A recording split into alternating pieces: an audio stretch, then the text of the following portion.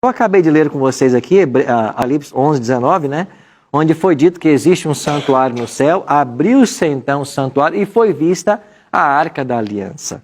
Se a gente for para o capítulo 1 de Apocalipse, você vai perceber que Cristo está caminhando entre os castiçais de ouro. Então você tem na Bíblia vários versos que se referem ao santuário celestial e citam os móveis do santuário. Então, em Apocalipse 11, 19, diz que a Arca da Aliança está no santuário. E se o templo ou o tabernáculo do deserto era um modelo do celestial, isso quer dizer que dentro dessa arca no céu está a lei de Deus. Isso quer dizer que a lei de Deus, ela é eterna. O santuário celestial, ele é anterior à origem da humanidade. Então, sempre houve um santuário. Isso quer dizer que lá no Santo dos Santos sempre houve uma arca. Dentro dessa arca sempre houve uma lei. Quer dizer que a lei de Deus ela é eterna. Se você for para Gênesis 4, você tem o homicídio. Quando Abel é morto por Caim. Quando Caim mata Abel. Deus aprovou tal atitude? Não, Deus reprovou. Por que Deus reprovou? Porque não é lícito matar. Aí está o sexto mandamento. Aonde estava Moisés? Nós estamos falando de Adão e Eva, Abel, Caim. Moisés está milênios na frente. A lei não estava escrita, mas a lei era conhecida. Se você for para Gênesis capítulo 2, versos 1 a 3, diz que Deus criou o mundo em 6 dias e descansou no 7º. Aí está o quarto mandamento. Aonde está Moisés? Lá no futuro. Mas Adão e Eva já aprenderam que o 7º dia da semana é o sábado e deveria ser um dia de descanso. Quando Abraão engana lá o rei, dizendo que a esposa dele era irmã, com medo de ser morto, Deus repreende o rei e não deixe que ele tome a esposa de Abrão para ele, porque ela era casada. Que mandamento está implícito aí? O adultério. Não adulterarás. Mas aonde está Moisés? Lá no futuro. Mas aqui já está a lei. Então a gente descobre pela Bíblia de que a lei de Deus já estava para Adão e Eva. Ela sempre existiu.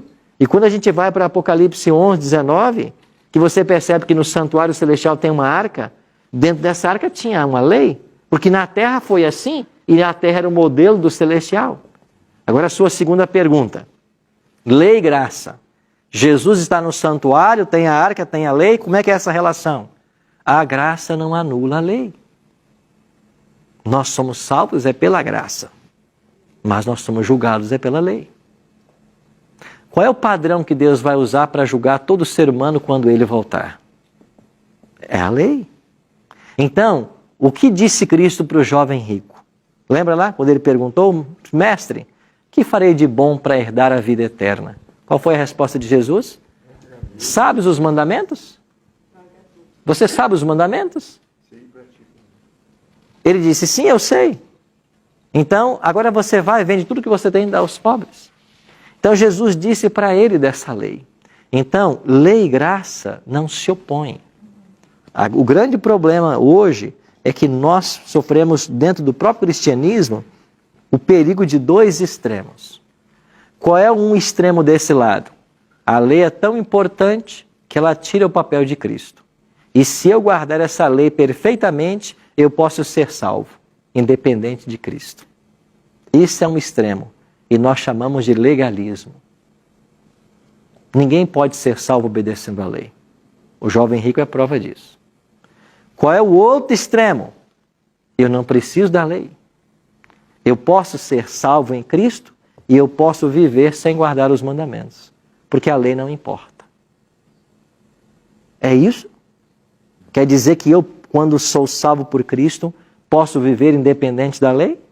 Então eu posso matar depois de aceitar a Cristo? Eu posso roubar? Posso adulterar? Posso desonrar meu pai e minha mãe porque eu aceitei a Cristo? Não. Então qual é o equilíbrio? Eu sou salvo em Cristo pela graça dele para obedecer.